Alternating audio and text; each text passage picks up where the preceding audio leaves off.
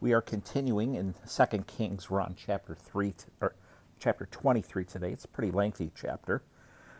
So the king, Josiah, sent messengers, and they gathered all the elders of Judah and Jerusalem to him.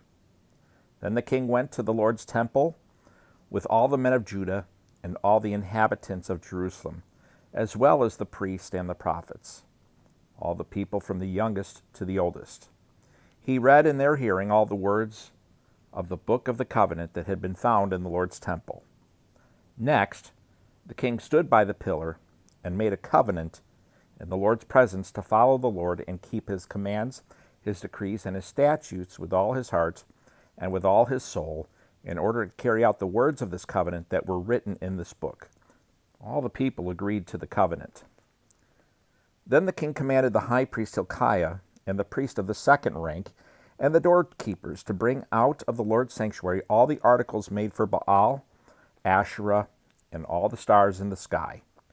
He burned them outside Jerusalem in the fields of the Kidron and carried their ashes to Bethel. Then he did away with the idolatrous priest the kings of Judah had appointed to burn incense at the high places in the cities of Judah and in the areas surrounding Jerusalem. They had burned incense to Baal and to the sun, moon, constellations, and all the stars in the sky. He brought out the Asherah pole from the Lord's temple to the Kidron Valley outside Jerusalem. He burned it at the Kidron Valley, beat it to dust, and threw its dust on the graves of the common people.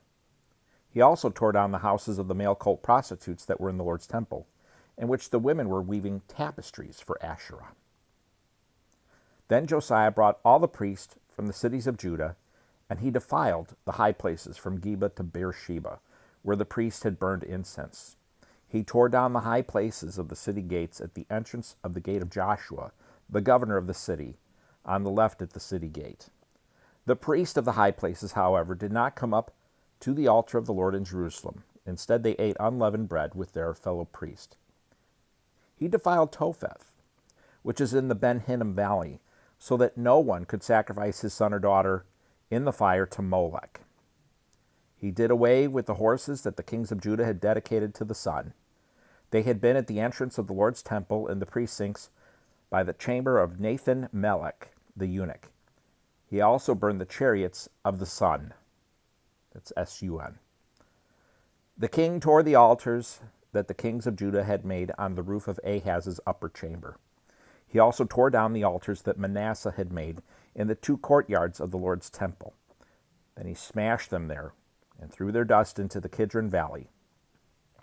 The king also defiled the high places that were across from Jerusalem, to the south of the Mount of Destruction, which King Solomon of Israel had built for Ashtaroth, the abhorrent idol of the Sidonians, for Chemosh, the abhorrent idol of Moab, and for Milcom, the detestable idol of the Ammonites. He broke the sacred pillars into pieces, cut down Asherah poles, then filled their places with human bones. He even tore down the altar at Bethel in the high place that had been made by Jeroboam son of Nebat, who caused Israel to sin. He burned the high place, crushed it to dust, and burned the Asherah. As Josiah turned, he saw the tombs there on the mountain. He sent someone to take the bones out of the tombs, and he burned them on the altar.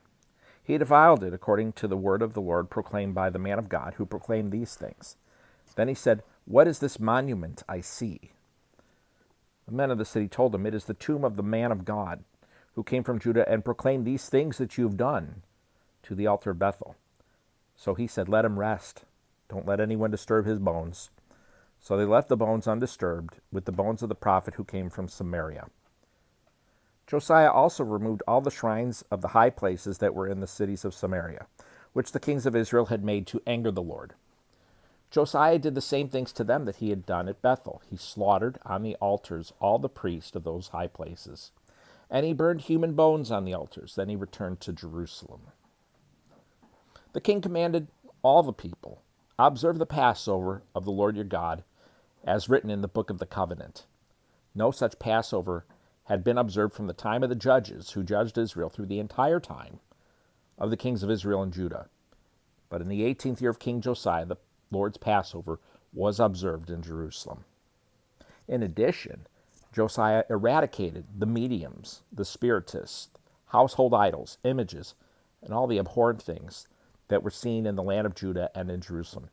He did this in order to carry out the words of the law that were written in the book that the priest Hilkiah found in the Lord's temple. Before him, there was no king like him who turned to the Lord with all his heart and with all his soul and with all his strength, according to all the law of Moses, and no one like him arose after him.